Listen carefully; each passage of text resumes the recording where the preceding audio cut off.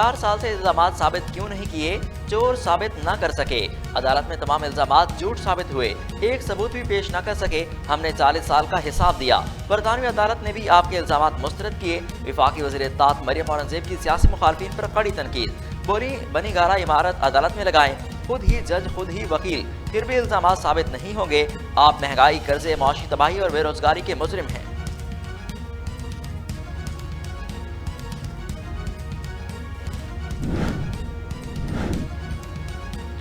मुस्लिम league नून के रहनुमा पीर अमीनुल हसनात ने तहरीक इंसाफ में शमूलियत अख्तियार कर ली।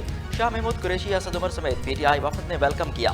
शाह महमूद कुरैशी बोले, पीरुल हसनात की शमूलियत से तहरीक इंसाफ को तक़वियत मिलेगी। फवाद चौधरी ने कहा कि फैसले के बाद सरगोदा से नून लीग खत्म हो गई, इस इलाके से नून लीग का सफाया हो चुका था, आज रही सही कसर पूरी हो गई।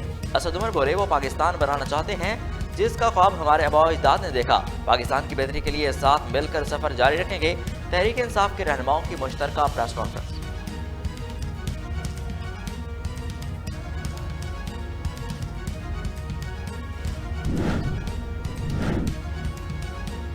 पंजाब और खैबर पख्तूनख्वा में इंतखाबात की राह में माली मसाइल खत्म। हुकूमत ने इलेक्शन कमीशन को 18 अरब रुपए फराहम कर दिए। इलेक्शन कमीशन ने दोनों सूबों में इलेक्शन की तैयारियां तेज कर दी। इलेक्शन कमीशन ने 5 असम्बलियों में आम इंतखाबात के लिए 47 अरब रुपए का तखमीना लगाया। खबर वक्त इंतखाबात की पेश नज़र 10 अरब रुपए इजाफी मांगे गए।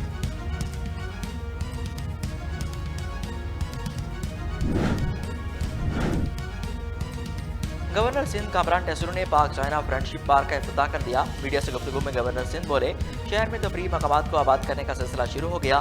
माफियाज कराची से अपना बोरिया बिस्तरा गोल कर लें। चीन के कौंसल जनरल जॉन ली बोले, पाक चीन दोस्ती मिसाली और मजबूत तरह होती जा रही है। ऐसे मंसूबे कराची के लिए बेहतर साबित होंगे।